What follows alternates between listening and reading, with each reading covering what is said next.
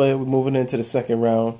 You know, would seem B Magic probably slowed down a little bit in the second round. What are your thoughts on the second round as far as B Magic is concerned? Thought it was a lot of filler. Took a little while to get to some of the bars, and by the time he did get to a relevant bar, I just feel as though it wasn't important anymore. Right. Maybe took a little too long to get to the one of the harder punchlines. Yeah, and then towards the end, he said, like we said in your blog, he said something about Nas and Khalees, and I just think the crowd just gassed it. So right, absolutely. Move to Ill Will. So he moved to Ill Will, yeah, because there's really not much quotables from B Magic in the second round. As you would agree. Not at all. It was just random bars. Could have been for anybody. Right. So let's talk about Ill Will. Second round definitely had some crazy delivery. If you didn't have it already, had a couple of haymakers. Just go run down maybe some of the memorable lines you had from that second round. Well, Ill Will named about maybe 20 guns in about 5 seconds. 223 and AR and all of that stuff, and then he said something about running to his address and hitting his house up with all of these guns, and by the time you realize he changed the number to the house and all of that. Yeah. It was a crazy bar. He's really creative with that stuff. Right. What do you think about the crowd? Do you think it's supposed to be Magic's round? Why do you think the crowd was reacting to be Magic as opposed to Ill Will, especially in the second round? I think it's an innate ability to be an MC, to be a crowd mover. You know what I mean? And I think Ill Will has those criterias where he actually says the punch, knows the punch is going to hit, right, and allows the crowd to react. Right. I agree. What do you think about the? He had a couple of, maybe he had one or two haymakers that just kind of stole the crowd. He had the gas, the gas bill, Adolf Hitler gas bill, and then he had something else. Can't remember it off the head, but I remember that it was the address line and then the gas bill. The gas, the ash. Then he also had the he'll have him leave the earth like Earth, Wind, and Fire, and started dancing. I thought that was very original. And you know what I think about Ill Will?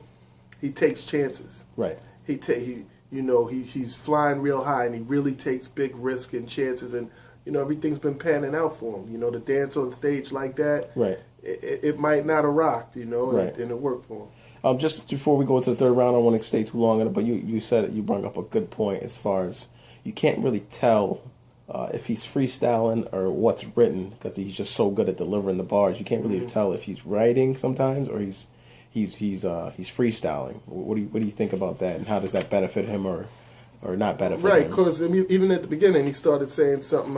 I think it was it might have been in the third round. I'll save that for the third round. But in the third round, just started at the beginning like you think he's rambling about how it would be and how it could be. Right. And meanwhile, when he was done, he named all the characters out of The Wood, that movie, The Wood. So.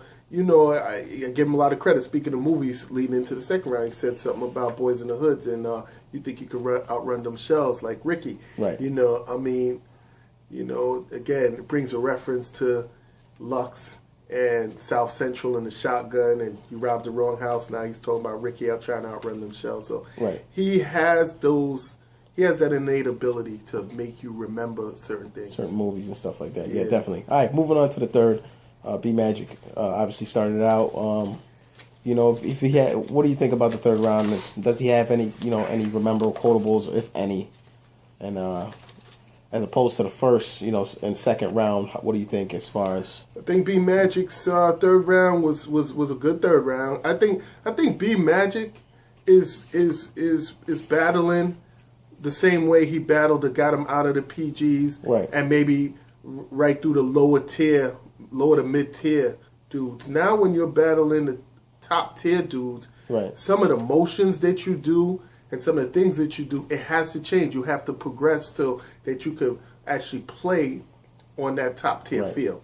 So he made a bar about, Rasheed Wallace, and the like bullets, 30 bullets across the chest. just She was, yeah. and then the filler, and then you finally get the GTA and the PGA Tour. Yeah. Right.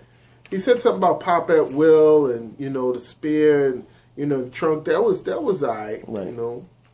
All right, and pretty much that was it we had from B Magic. Going on to Ill Will. I think Ill Will left the earth in the third round.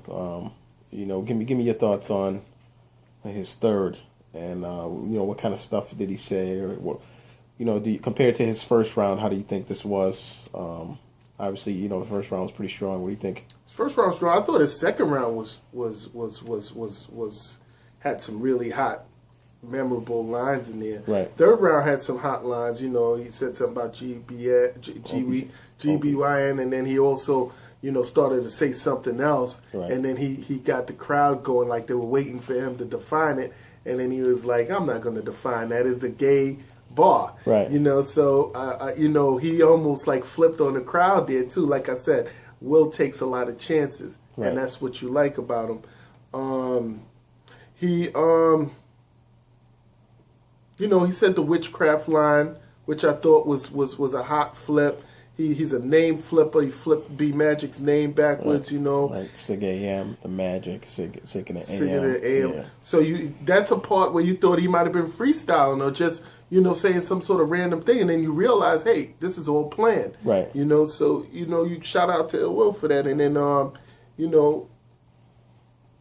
he flipped his line, hit him with a goddamn, followed by I beat the shit out of his, that was hot. Right. And then he has that scheme that people wait for, almost like how John had the multiple choice. He has that phone call from the Jamaican. Right, and right. You can hear the crowd What'd he say? anticipate. What he said this time, he called again, and that's cool. I mean, I give B Magic a credit, and I should have said this in his third round, not trying to take anything away from him, but his slogan at the end, where the whole crowd knows it. Right. I don't think there's no battle rapper that has a slogan that's that long, that's that memorable. And the crowd knows it. Yeah, I give him credit on that. Right.